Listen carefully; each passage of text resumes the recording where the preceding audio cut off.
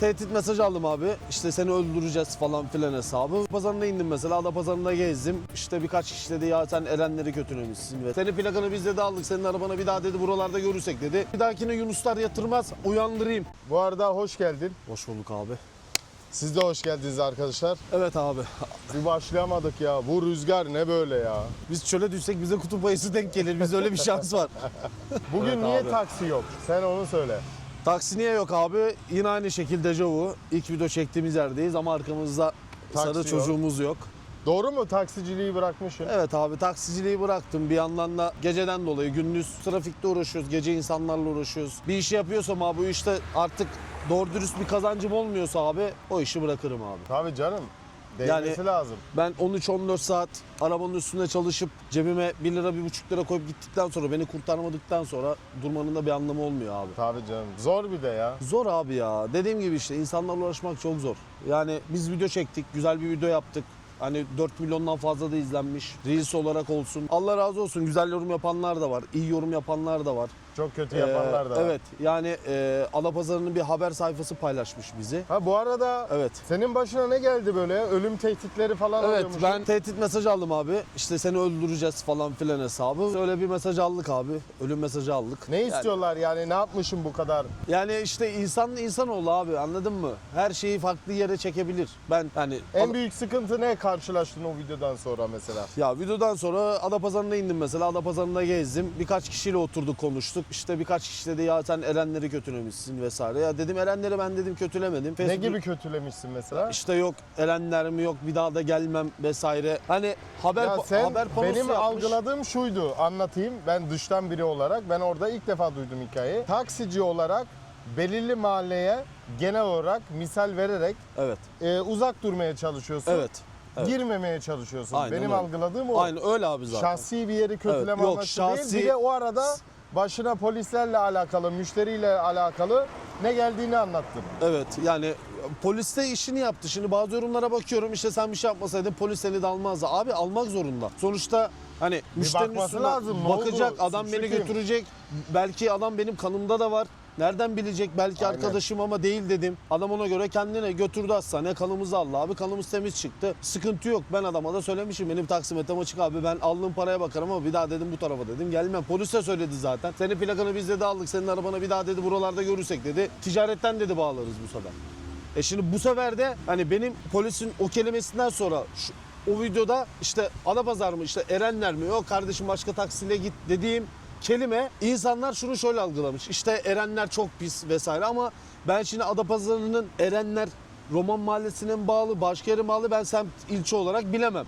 Hani Bir de Erenlerin sen kaç aslında mahallesi var? Sakarya, Adapazarı'na pek uzak bir insan da Değilim. değilsin. Hani benim annem de Adapazarlı abi. Benim annem Doğum ve Çark Caddesi'nden mesela. Hani Benim onu diyorum, kendin zaten Sakaryalısın. Adapazarı'nda da herkes Allah razı olsun. Çevremiz de var. Hani gece kulübü olsun ne bileyim farklı şeyler olsun. Abimiz, kardeşlerimiz de var. Onlarla sıkıntı yok ama işte abi bazı insanlar olayı farklı yere çekmiş. Şöyle çekmiş. Haberi yapan bir Facebook sitesi, haber sitesi bizi paylaşmış. Hani işte üstüne de bizim şeyimizi koymuş abi. Sadece benim fotoğrafımı alıp koymuş. İşte Adapazarı'ndan korkan taksici. Ya ben şimdi Adapazarı'ndan niye korkayım? He. Haber sitesi alıp Haber sitesi biraz o şekil- farklı şekillerde. Tabii canım insanlara farklı İnsanlar bir da algı- orijinali bilmedi Ve mi? bilmediği için insanlar farklı algılamış bunu. Bir de kısa kesitler genelde farklı algılanıyor. Öyle yapmışlar. Vurgulayan sahneler He. ya, uzun videoyu izlese olayın aslını anlayacak. Olayın aslı çıkacak ortaya. Adam videoyu sadece o Adapazarı bölümünü izlese zaten anlayacak benim demek istediğimi. Evet. Ya ben şimdi kalkıp niye başka bir yere kötüleyeyim ki? Hani 81 ilimi Türkiye'min her yeri güzeldir benim için ama girilecek yer var, oturulacak yer var, muhabbet olmayacak yerler var. Hani böyle İzmit'te de var abi. İzmit'te de pis yerler var. Ben İzmit'te olduğum halde ben girmiyorum o pis yerlere mesela. Niye işim yok? Yani, Önlemeye çalışıyorum bazı şeyleri. bazı şeyleri önlemeye çalışıyorum abi. Şimdi bir de o ticari taksi yani anladın mı? İşin içine farklı şeyler de girmiş oluyor. Anladın mı? Adam taksici belki yoluna bakıyor. Evet. Belki Bir de işte senin ekmeğin. adam dışarıdaki insanlar böyle algılıyor işte abi. Ben sanki insanlara şeymişim gibi abi ben sanki o işlerin getirini götürünü yapıyormuşum gibi algı yaratmışlar. Adam yorumda yazmış. Adam alene ya göstereyim abi adam yorumda şunu yazmış. Sen bir şeyler yapmışsındır da o yüzden sizi polisler almıştır. Ya benlik ne alaka? Müşterinin üstüne çıkmış. Müşteri kabul etmiş suçunu. Abi benim demiş. Taksinin bir bağlantısı yok demiş. Yine Bitmiş. dürüst davranmış. Adam var ya. dürüst davranmış. İfadeyi de düzgün verdi sağ olsun. Bak o gün de söyledim abi Allah razı olsun dedim o çocuktan. Beni dedim satmadı.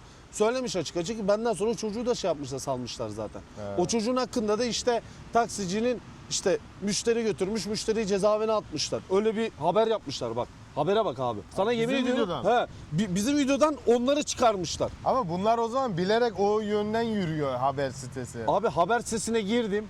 Reels bölümüne girdim abi. Hani 33 bin, 38 bin Allah çarpsın bizim videomuz abi 490 bin küsuratları izlenmiş. Sadece bizim videomuz.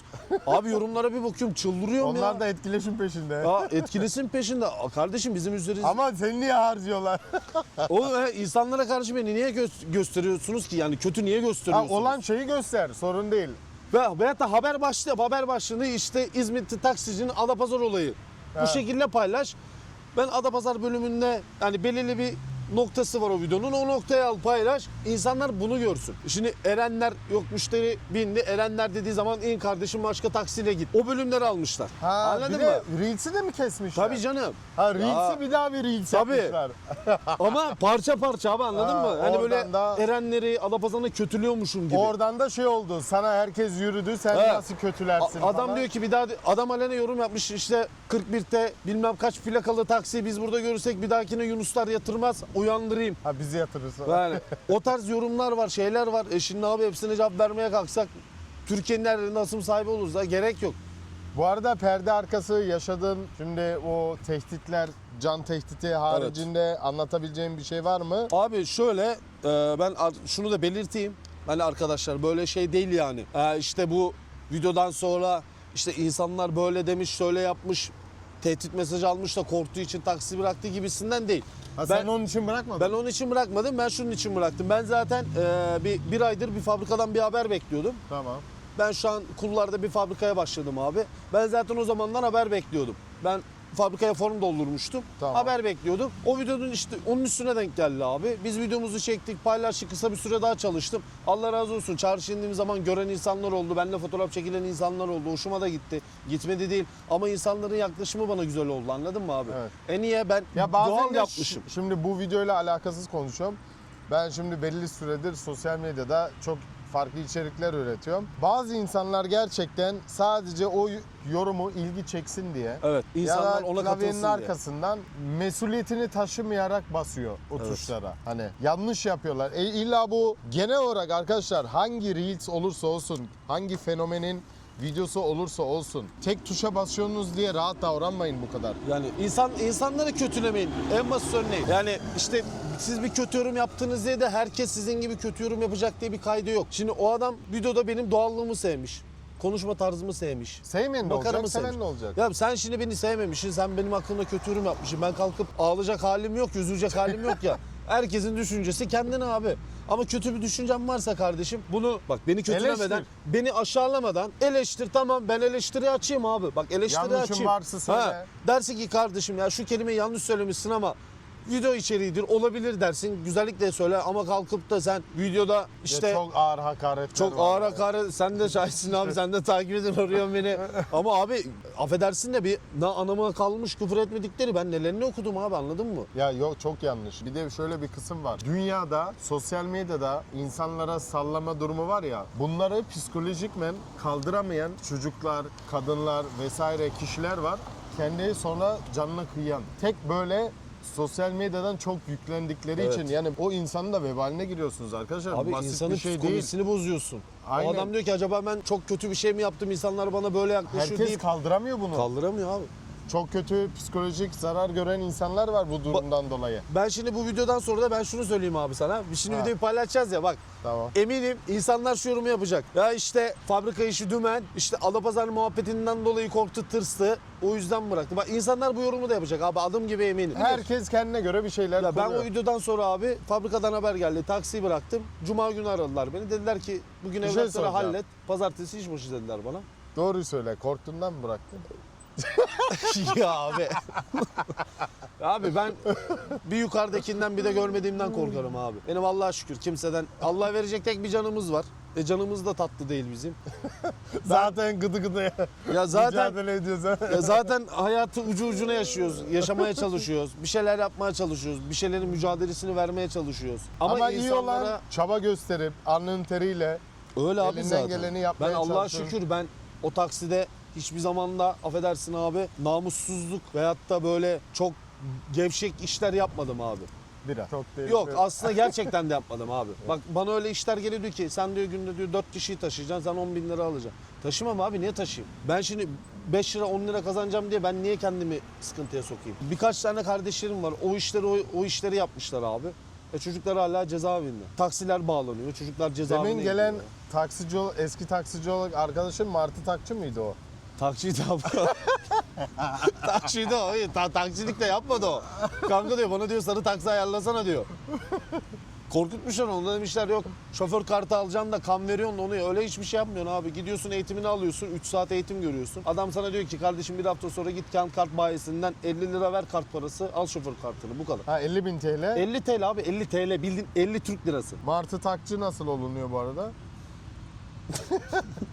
Abi Artık yani tamam. taksici değilsin. Taksici değiliz de ama yine etrafımızda bu işi yapanlar var hala.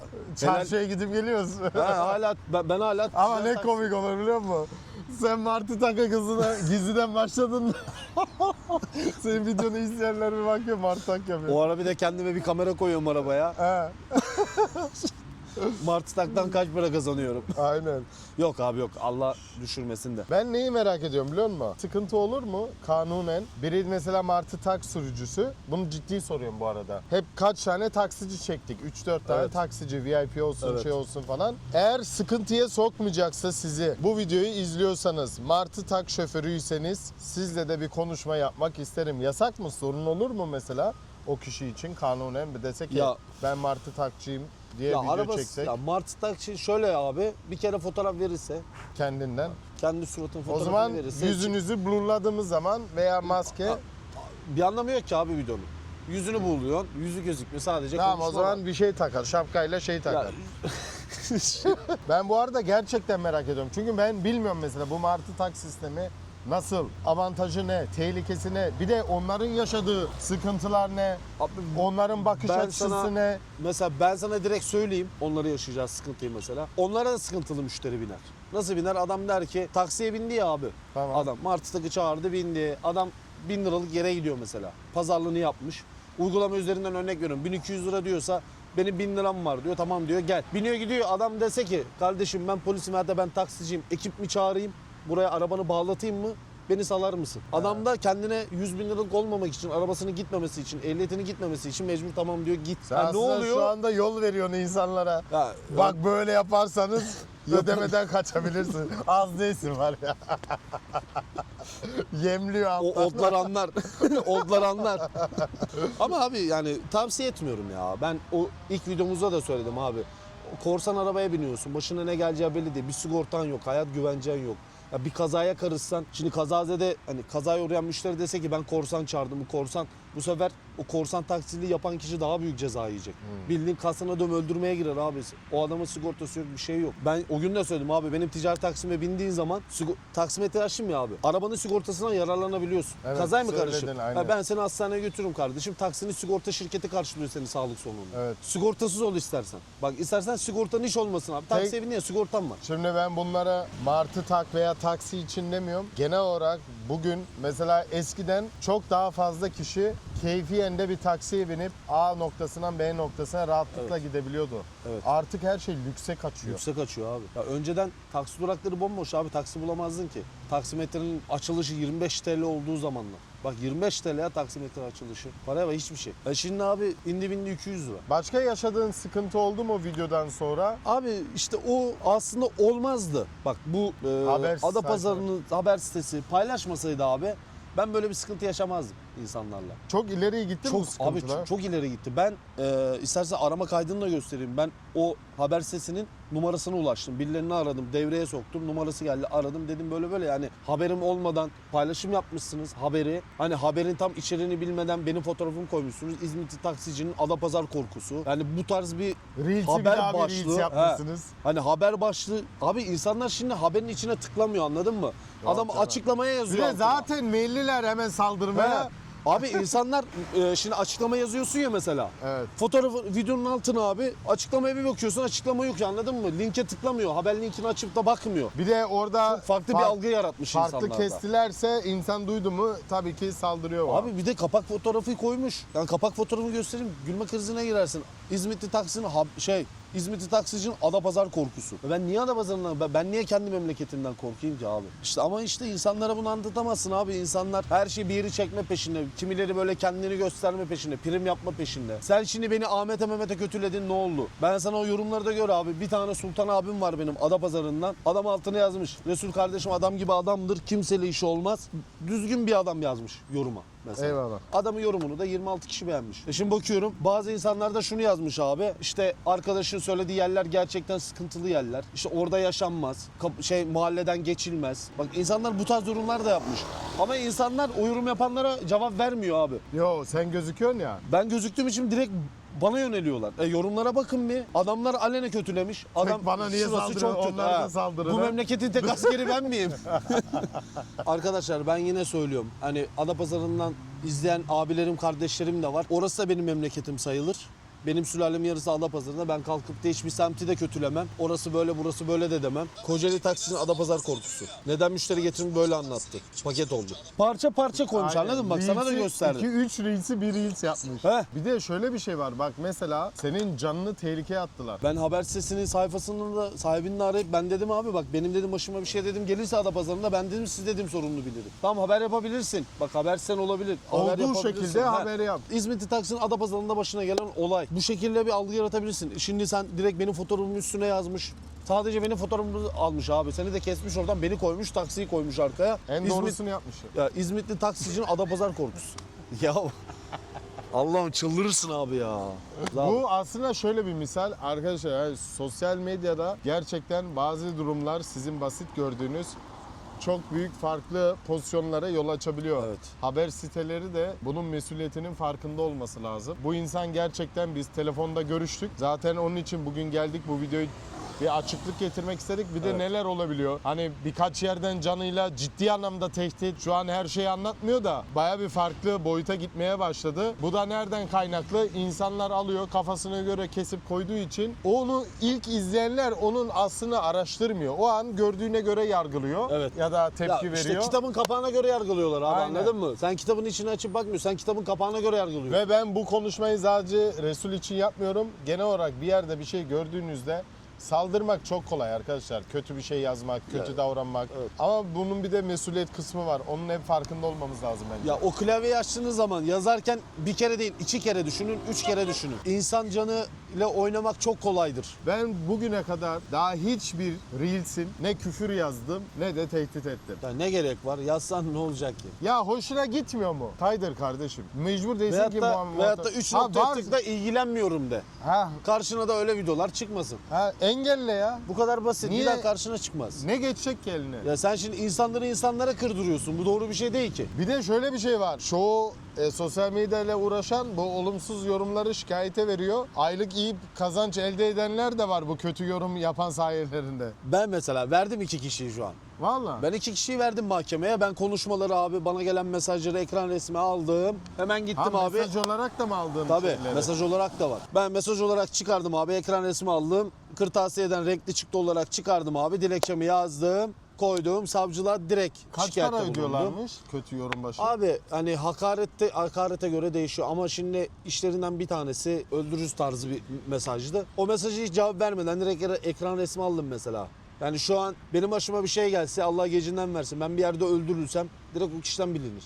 O kişi uğraşır. Yani bak sen bu adama bu mesajı atmışsın ama bu adam bak böyle oldu. O adamı tutacaklar abi içeride. Şimdi bu adam kimle iletişime geçti, kimle itibar kurdu, kimle iş yaptı. Kimle bağlantılı, neyin Yani nesi? onu kendin hiç aklayana kadar abi zaten o bir ceza alacak zaten. Şimdi ne olacak? Benim avukatım arayacak, uzlaşma diyecek. Avukat bana diyecek ki şu para, tamam abi, şu paraysa tamam abi, sen kendin oradan bir kendi hakkını al abi, geri kalanını ver derim yani. Öyle de olacak abi zaten. Şimdi 2 kişiyi verdim. Verdiğim kişiye de ben dilekçenin fotoğrafını çektim. Adliyenin önünde ben fotoğraf çektim bunu. Gönderdim. Ha, onu da mı yaptın? Dedim bu saatten sonra dedim benimle muhatap olma dedim. Devlet de dedim muhatap olursun. Engellemiş. Engellediğinde ne oldu yani şimdi? Nereye kadar Olmadı kaçacak? mı? Geçti.